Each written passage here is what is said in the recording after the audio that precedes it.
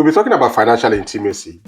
And this is so critical. Why? Because when you sort out the money bit in your relationship, things move smoothly. All right. And we realize that many couples who are supposed to be together, but because they did not get the financial bit right, the relationship was quickly derailed. So the purpose of money is not just for you to earn money, but for you to use that money to fulfill the purposes of your relationship, okay, of your marriage while you are together. So today we'd like to look at financial goals. How can financial goals, or why do financial goals help couples to build financial intimacy? All right, so financial goals are tools, one of the tools we use to build financial intimacy. And in our definition of financial intimacy, you can watch the last video. So why do you think couples should use financial goals to more like build financial intimacy? I think the first thing I'll put out today is that it improves financial security. Yes. And I don't know any couple who wouldn't want to be financially secure. When we talk about improving financial security, it means we're planning together. So in the course of it, we're budgeting, we have all our figures on the table. What that then does is we're able to get out an emergency fund. You know, financial experts will tell you need to have emergency funds. That's something you fall back to should in case, you know, in the face of any contingency.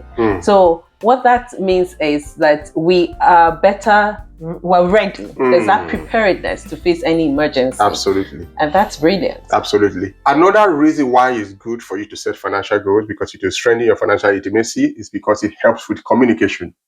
All right. For you to set financial goals, for example, how much are we spending here?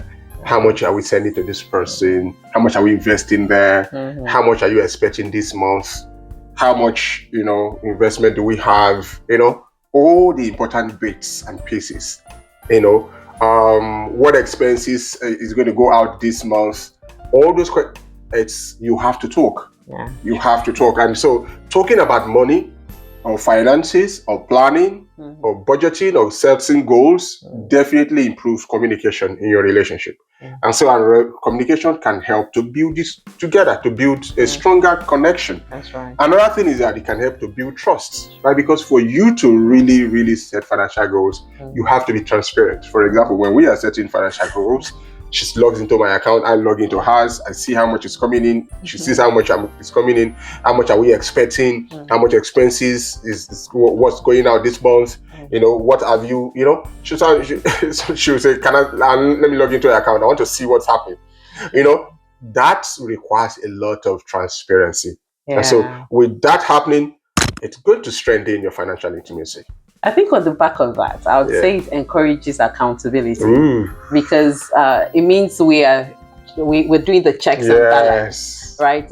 So I know not to. I mean, there are times I would say to you, pardon me though, but there are times I would say to you, okay, we have maxed our spending for this month. Nobody spends I can't a dime. touch my own account. Can you imagine? But that because the boss has spoken. But it's because we're working towards something. Absolutely. And on that, I'll throw in another importance of financial goal, which would be shared vision. So what that does is, because we're working towards the same thing, we have a shared vision, we cast the vision, we know where we're going to as a family. So our eyes are on the ball. Now, in planning that, we have to be accountable to each other. I can't just go off and do anything.